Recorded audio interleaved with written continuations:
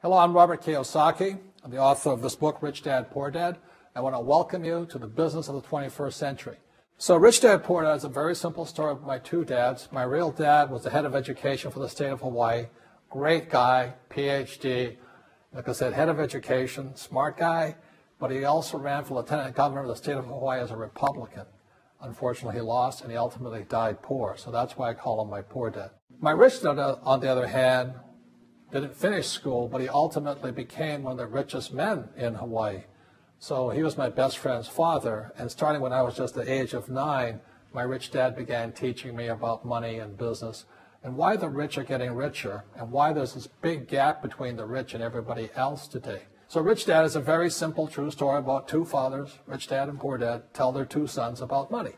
And it was my poor dad always said, go to school, get a job, work hard, and all that stuff. And my rich dad says, you'll never get rich doing that. You'll never be a free man.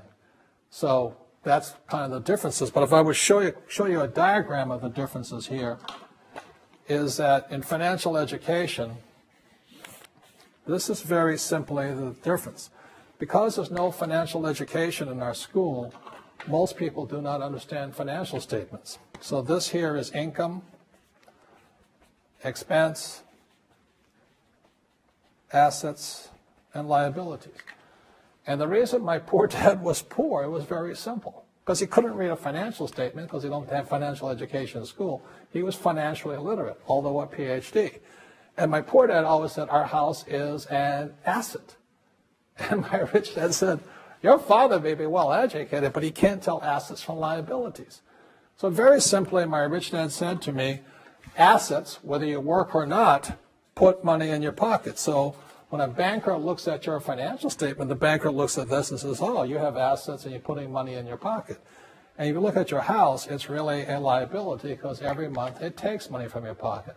Now I can hear people say, well, it's, I don't have any debt on it, but still every month you have insurance, you have upkeep and expenses to it. So very simply, the reason I'm a rich man today was I knew the difference between assets and liabilities. And I get richer and richer because every year I add more assets to my balance sheet here. And so that's one of the biggest differences. And as my rich dad often said to me, he says, son, my banker has never asked me for my report card. My banker wants to see my financial statement because it's your financial statement that shows how high your financial IQ is. How smart are you with money? If you're very smart with money, the banker will give you as much money as you want because you know how to make money with money. If you're not very smart about money, all the banker will give you is a credit card and a home loan. So those are some of the differences between my rich dad and my poor dad. And if you stay tuned, you'll find out how you too can create assets instead of liabilities. Because if you're going to survive in the 21st century, you need more assets than liabilities. The next thing I want to cover with you is one of the most important lessons my rich dad gave me, and it was called the cash flow quadrant. And what my rich dad explained to me is that there's 4 people in business. One are E's, employees. S stands for small business, self-employed, or specialist. B stands for big business, and I stands for investor. And the thing of note here is that most people who go to school are programmed for the E and the S side. For example, it was my poor dad who always said to me, son, go to school so you can get a nice, safe, secure job. And so my poor dad wanted me to be an employee. And since the time I was a kid, get a safe, secure job, steady paycheck, and benefits. Okay? I didn't want to be an employee. And I said, Mom and Dad, I want to be a rich man. And I fight with my dad. So my mother finally said, son, if you want to be rich, my mother was a registered nurse. And she said, if you want to be rich, the richest people I know are doctors.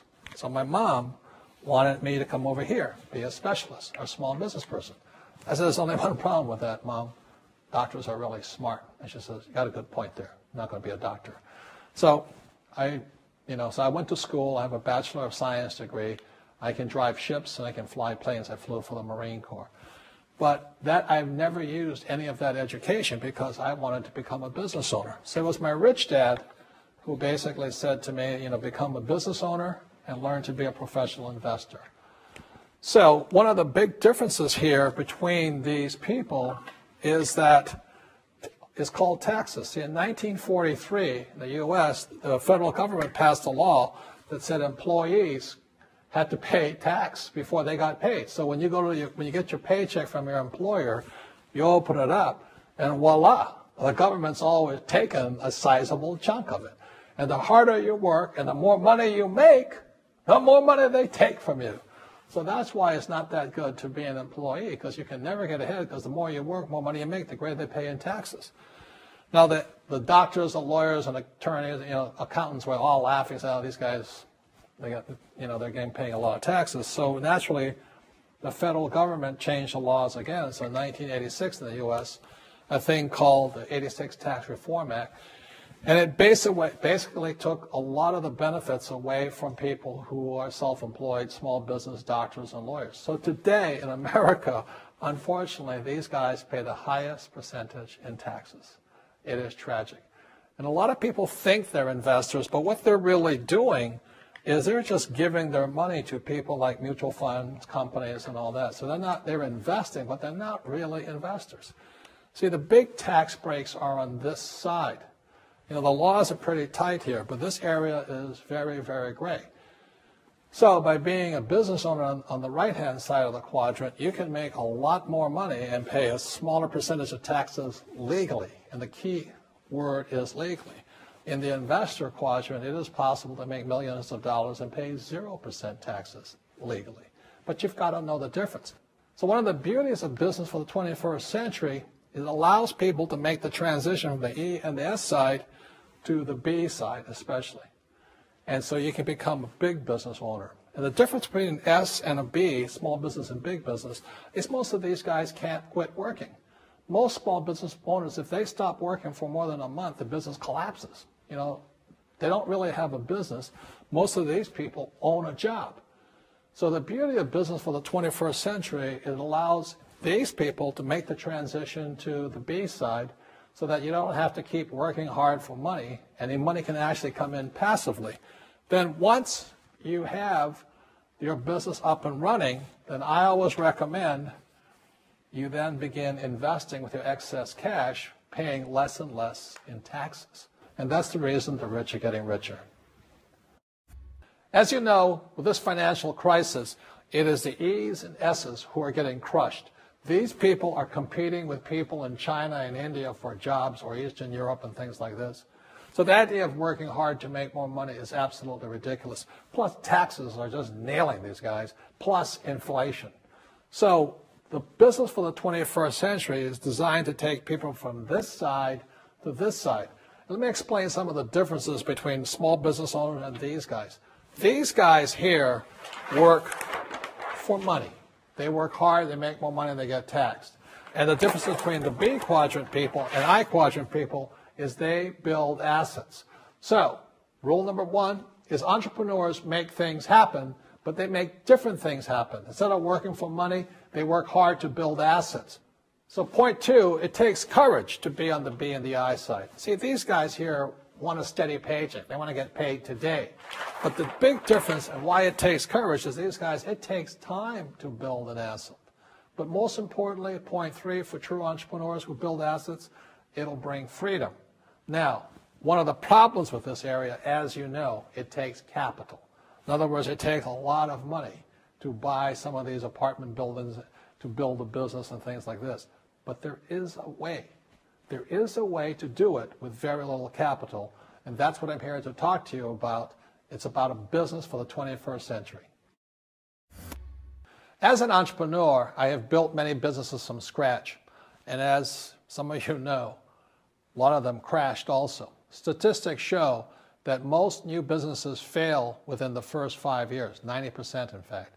And of the 10% that survive, the remaining 10% crash in the second 5 years. So in other words, most are gone in 10 years. So I've looked at many different models, and one that stands out for me is network marketing. And the reason for that, it takes very little upfront cash. It has low overhead. You can do it part-time. It means keep your daytime job, but do this part-time.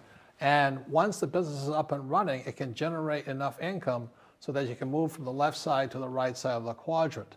So let me tell you about my introduction to network marketing, because I had a very closed mind to it. Since I can build my own businesses, I said, why do I need a network marketing business?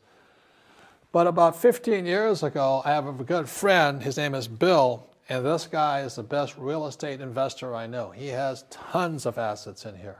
So I said, Bill, why did you start a network marketing business? And his answer was very simple. He says, it's my way of helping people.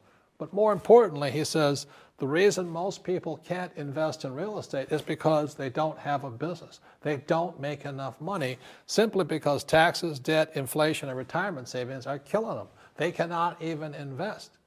So my friend Bill, who is a professional real estate entrepreneur, he says, I started a network marketing business so the people that worked with me could start their own business and then invest money with him.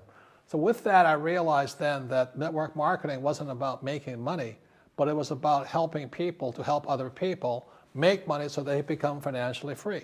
So the beauty of network marketing, I said, like it's very low entry point, doesn't take much money, you can do it part-time.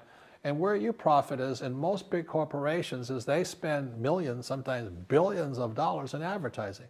So rather than give that money to advertisers, network marketing depends on building a network. It's called word of mouth, like you recommend a movie to a best friend.